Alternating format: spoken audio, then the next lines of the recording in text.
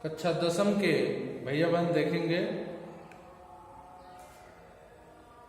प्रावैधिक कला में निर्मेय से प्रश्न है कि 2.8 सेमी त्रिज्या वाले वृत्त की परिधि पर दिए गए बिंदु मौ से एक स्पर्श रेखा का निर्माण कीजिए जबकि वृत्त का केंद्र ज्ञात नहीं है।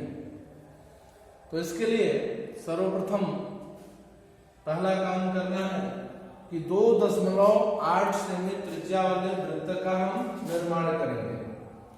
तो केंद्र और त्रिज्या के बराबर दूरी लेकर के वृत्त का हम निर्माण कर देंगे।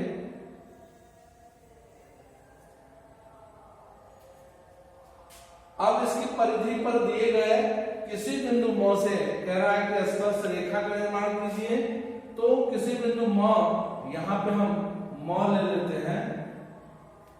प्रश्न में कह रहा है जबकि वृत्त का केंद्र ज्ञात न हो, अर्थात केंद्र का कोई उपयोग हमको नहीं करना है।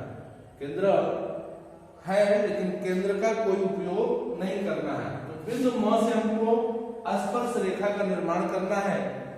तो स्पर्श रेखा को निर्मित करने के लिए बिंदु मौ को ही केंद्र मान लेते हैं और एक रचनात्मक वृत्त कोई त्रिज्या लेकर के हम निर्मित कर देते हैं।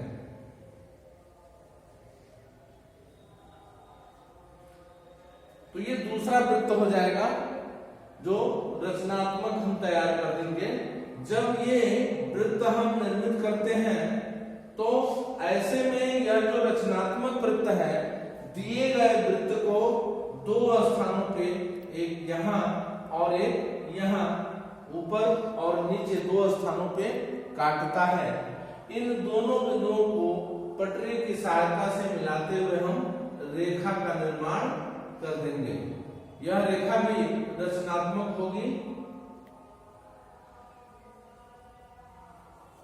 ये हमारी रेखा हो जाएगी।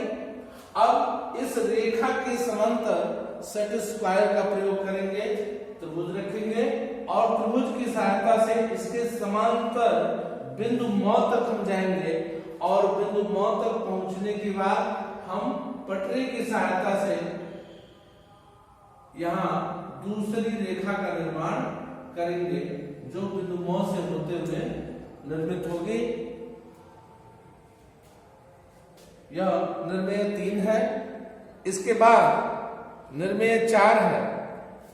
4 में कह रहा है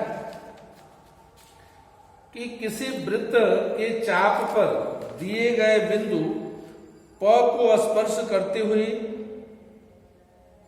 स्पर्श रेखा का निर्माण कीजिए। वृत्त का केंद्र जिसमें ज्ञात नहीं करना है।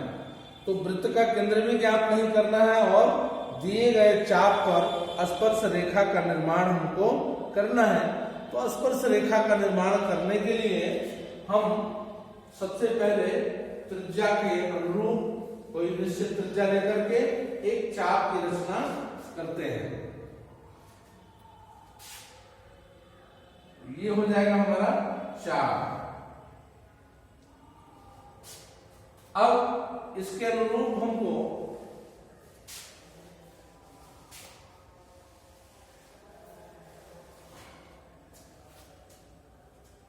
आगे की तैयारी, बिंदु ये चाप के दोनों सिरों को हम क्रमशः बिंदुओं से अंकित कर देंगे, बिंदु क और बिंदु ख।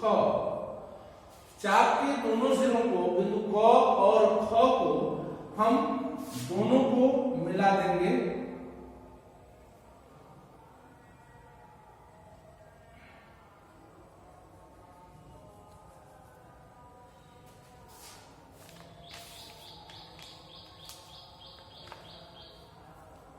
इसको बिंदु प मानते हैं और फ मानते हैं क्योंकि प्रश्न में बिंदु प से स्पर्श रेखा का निर्माण करना है।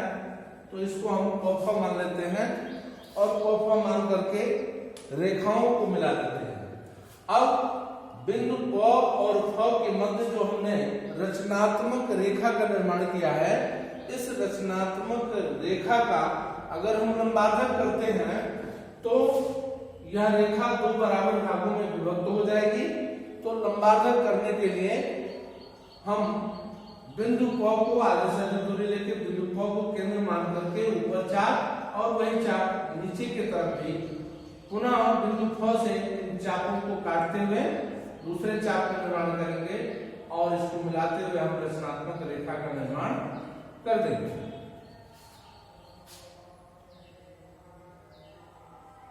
जब हम ये लंबार्धक वाली रेखा खींचते हैं तो बिंदु प से हम जो मध्य वाली रेखा है चाप को जिस बिंदु पे काट रही है, इस बिंदु को बिंदु प से मिलाते हुए पुनः एक रचनात्मक रेखा यहाँ तक हम मिलाते हैं।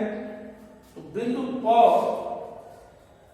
से होती हुई रेखा यहाँ लंबार्धक वाले बिंदु पे जाकर के मिलाएंगे। तो प और न इस तरह से एक कोण भी बन जाता है। बिंदु प को केंद्र मान करके एक निश्चित त्रिज्या लेकर के, बहुत छोटी दूरी नहीं लेंगे इसमें, निश्चित दूरी लेकर के, लेकिन हम एक चाप का निर्माण करेंगे।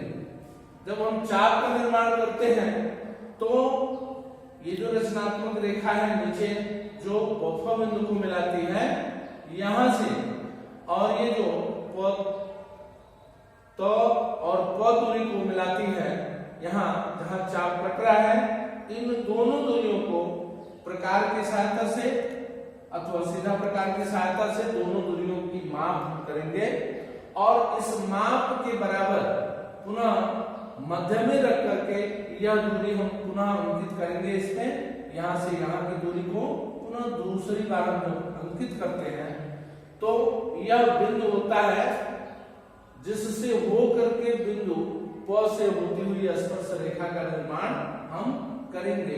तो इसको पटरी की सहायता से हम रखेंगे और यहाँ से होती हुई स्पर्श रेखा का निर्माण करेंगे और इस तरह से चाप पर दिए गए बिंदु प से स्पर्श रेखा हमारा निर्मित हो जाएगा।